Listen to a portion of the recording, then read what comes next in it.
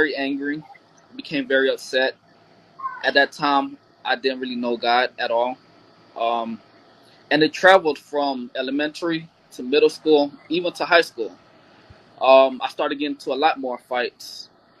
I promise you, I'm not exaggerating when I say that I was literally getting suspended at least 3, 4 times out the week. I almost got expelled, Wow. and I did get arrested one time. Um, thank God, thank God for His grace and mercy. The officer let me go, so that was good. And you were still Uh, in high school when you got arrested? huh? Were you still in high school? No, I was in middle school. Yo.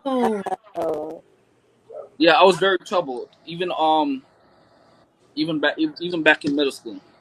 And one thing is like, you saying that you grew up in the church and you were a pastor's kid, and it just shows like how you were saying that you weren't able to be loved or receive love, and they were verbally abusive. It shows the almost like the double standard, like the double mindedness. Like when you are a preacher, you're supposed these kids, like you're out here teaching and preaching the word of God. You're supposed to implement what you know into your own household. This is why a lot of kids grow up that are preachers kids and they go the other way, because it's like you're not even being the person you're not even being Christ like, and you're a pastor.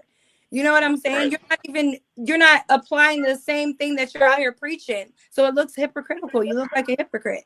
So Right. it's very like, and a lot of the times these people don't have the healing and the proper things that they need to walk in that too. But it's like you have to practice what you preach, because if anybody sees it, it is your home, and your family is your first ministry. So when you amen. are out here living a total different life than what you're out here proclaiming to the world, it looks bad, especially to the babies, your kids. So Right. I'm sorry that you went through that, and I know that it all has a purpose for God. But so go ahead. Nah, and I'm glad you mentioned that. Because for years I was bitter. I was like, God, why did you allow me to go through all that? But Right. um, I'm called to be the what's the word called, the The curse chain, family. the You know. curse breaker, the chain breaker. Yes, you are. So I thank God for all the hardship and the rejection I had to face. Was it pretty? Did it feel good? Nah. I mean, I'm pretty sure none of us want to have to go through that. But as you said, it all served its purpose. So I thank God for that, because I'm definitely not who I used to be, uh, Amen. and I'm still growing into the man who God is calling me to be. But when I look back at my past and at everything I've went through, you know, I take pride in it. I take pride in my story. I'm happy for it. I'm happy for everything I had to endure. There's still things that are affecting me today, and that God is still working me on. That God is still working on in me. Hmm. But if you saw who I was, you would never think I would be the person who I am today right now. Because telling you that I don't even want to call myself a bad kid, but I was mishandled. That's an understatement. What's good, bro? Sorry. Somebody said, my bro. Yeah. Um. But yeah, I was a mishandled kid, and even now I can't even blame my parents, because they didn't know any better. Right. It was a lot of generational curses in my family. Mm. My dad, he didn't have his mother. He was actually abandoned as a baby. His mom left him on somebody's porch or something like that. Are you serious? Yeah. You That's hear about something you stuff hear like that about in in movies, in movies? bro. I was Like, just about to say that. yeah. Yeah. Wow. Um.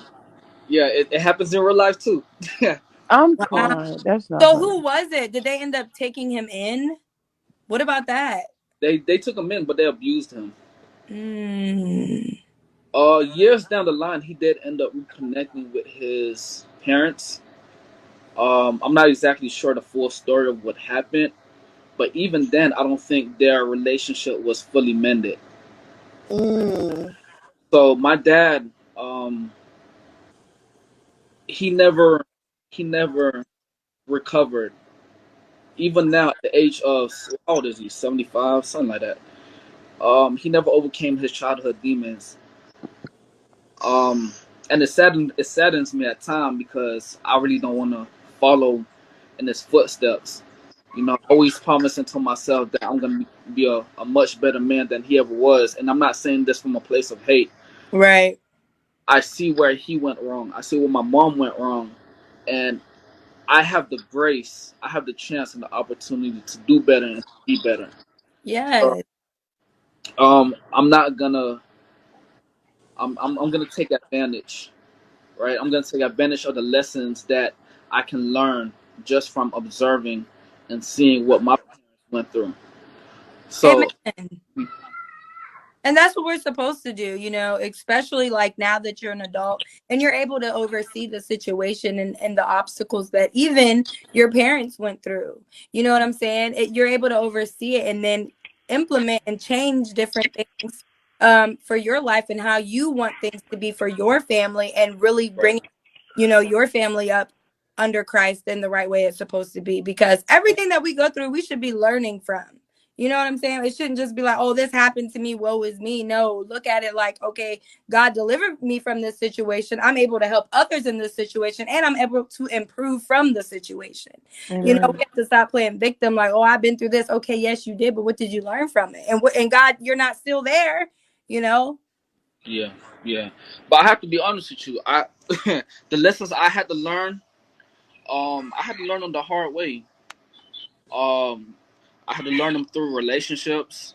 I mm, had to learn through losing everything and everyone. I had to learn through pushing people away. Especially the friends and the family who loved me the most. I ended up pushing them away the most. I knew they were there. I knew they were in my corner. I knew that they were there for me, through the thick and the thin. But it's hard to see that when you're dealing with so much pain. Even them, I couldn't trust. At that time, when I mm, was going through it, I couldn't even trust God. I couldn't even trust God because I was thinking to myself, how could a God who loves me allow me to go through so much?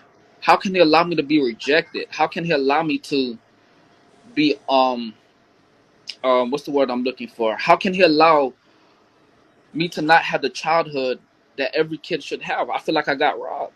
right. At the age of 8, at the age of 15, I'm supposed to be out there having fun, making friends, building relationships. No. At the age of 15, I was working 3 jobs. I was working at Burger King. I was cutting on lawns on the weekends. I was Wow. working at 2 Burger Kings, sorry. You know what I'm saying? So it was hard on me.